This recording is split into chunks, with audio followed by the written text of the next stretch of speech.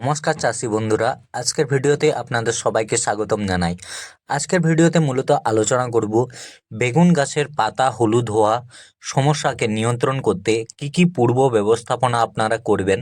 ভিডিওটিতে সম্পূর্ণ আমরা এই ব্যাপারে আলোচনা করব। ভিডিওটা আপনারা শেষ পর্যন্ত দেখতে থাকুন। আজকের ভিডিওতে মূলত আলোচনার বিষয় হচ্ছে যে বেগুনের যে লিফ কার্ল ভাইরাস লাগে, এই লিফ কার্ল ভাইরাস জমিতে কিভাবে আসে এবং এই লিফ কার্ল ভাইরাসকে নিয়ন্ত্রণ করার জন্য কি কি আপনারা ব্যবহার করবেন সেই ব্যাপারে ভিডিওটিতে পুরো ডিটেলসে আপনারা একটা ডিসকাশন পাবেন। ভিডিওটা শেষ পর্যন্ত আপনারা দেখুন। আপনারা যারা বেগুন চাষ করছেন মূলত এই লিফ কার্ল ভাইরাসের মুখোমুখি আপনাদের সবাইকেই হতে হবে। আপনারা দেখবেন আপনাদের জমিতে পাতা হঠাৎ করে কখনো হলুদ হয়ে যাচ্ছে, পাতা কখনো কুঁকড়ে যাচ্ছে। ধীরে ধীরে এই সমস্যা পুরো জমিতে আপনাদের ছড়িয়ে পড়তে পারে এবং ফুল এবং ফলনের হ্রাস আপনাদের জমিতে হবে। এরকম সমস্যা আপনাদের জমিতে আসলে ফুল এবং ফলনের হ্রাস আপনাদের জমিতে আসবে। আপনারা এই যে সবজি চাষ, বিভিন্ন ধরনের সবজি চাষ আপনারা করছেন, সে টমেটো হোক, বেগুন হোক, লঙ্কা হোক, সমস্ত সবজিতে আপনারা দেখবেন যে লিফ কার্ল ভাইরাস এই রোগটা আসার সম্ভাবনা থাকে। এই রোগটা আসে কিভাবে সেই ব্যাপারে আমি এখন বলবো। মূলত এই রোগটা আসে থ্রিপস এবং মাইটসের থেকে। থ্রিপস এবং মাইটস কি করে জানেন? পাতার যে রসটা থাকে সেটাকে খেয়ে দেয়, দিয়ে পরে পাতা কুঁকড়ে যায় এবং সব থেকে বেশি এই লিফ কার্ল ভাইরাসকে টেনে আনে যে মাছিটা, সেটা হচ্ছে সাদা মাছি, হোয়াইট ফ্লাই।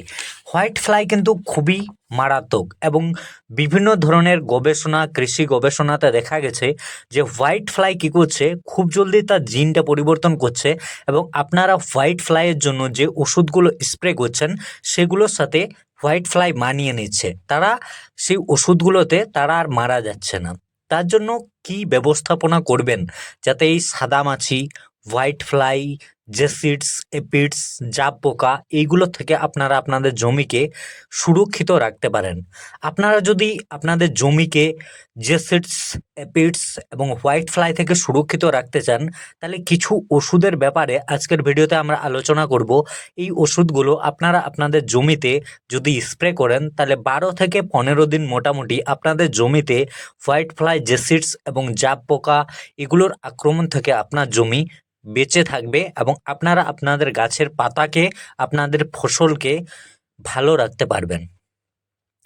মূলত যে ওষুধগুলো আমি বলছি সেগুলো আপনারা মাঝে মাঝে চেঞ্জ করে করে স্প্রে করতে থাকবেন। প্রথমে যেটা বলছি সেটা হচ্ছে বিএসএফ কোম্পানির এফিকন। বিএসএফ কোম্পানির এফিকন এই জেসিডস, এপিডস এবং হোয়াইট ফ্লাইকে নিয়ন্ত্রণ করার জন্য খুব সুন্দর ওষুধ। আপনারা এফিকনকে আপনাদের জমিতে স্প্রে করতে পারেন। তারপরের ওষুধ হচ্ছে আমাদের ট্যাগ ফ্লাই। জেসিডস এবং এপিডসকে নিয়ন্ত্রণ করার জন্য ট্যাগ ফ্লাইও খুব সুন্দর কাজ করে। আপনারা যদি চান তাহলে ক্লাস্টোকেও স্প্রে করতে পারেন। এবং এরপরে যে প্রোডাক্টটার ব্যাপারে কথা বলছি সেটা হচ্ছে লিভিক্স অ্যাগ্রোক্যাম পিভিটি এলটিডি কোম্পানির লিপ ট্রাপ।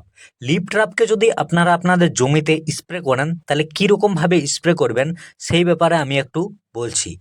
টেক ফ্লাই সাথে যদি লিপ ট্র্যাপকে আপনারা স্প্রে করতে চান তাহলে কি হবে, আপনাদের টেক ফ্লাই যে ক্ষমতা থাকে রেসিস্ট্যান্ট, জমিতে একটা সময় পর্যন্ত ওষুধটা কাজ করে, তারপরে কিন্তু ওষুধটার কাজ ফুরিয়ে যায়।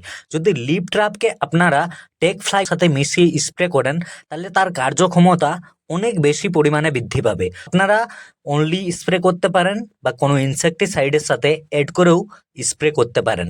এই ওষুধগুলো যদি আপনারা মাঝে মাঝে চেঞ্জ করে করে জমিতে স্প্রে করতে থাকেন তাহলে আপনাদের জমিতে জেসিডস, এপিডস এবং হোয়াইট ফ্লাইয়ের আক্রমণটা আসবে না। আর মূলত এইগুলোর আক্রমণ যদি আপনাদের জমিতে না আসে তাহলে ভাইরাসের আক্রমণও আসবে না, কারণ এই পোকাগুলোই, এই মাছিগুলোই জমিতে আপনাদের ভাইরাসের আক্রমণকে নিয়ে আসে।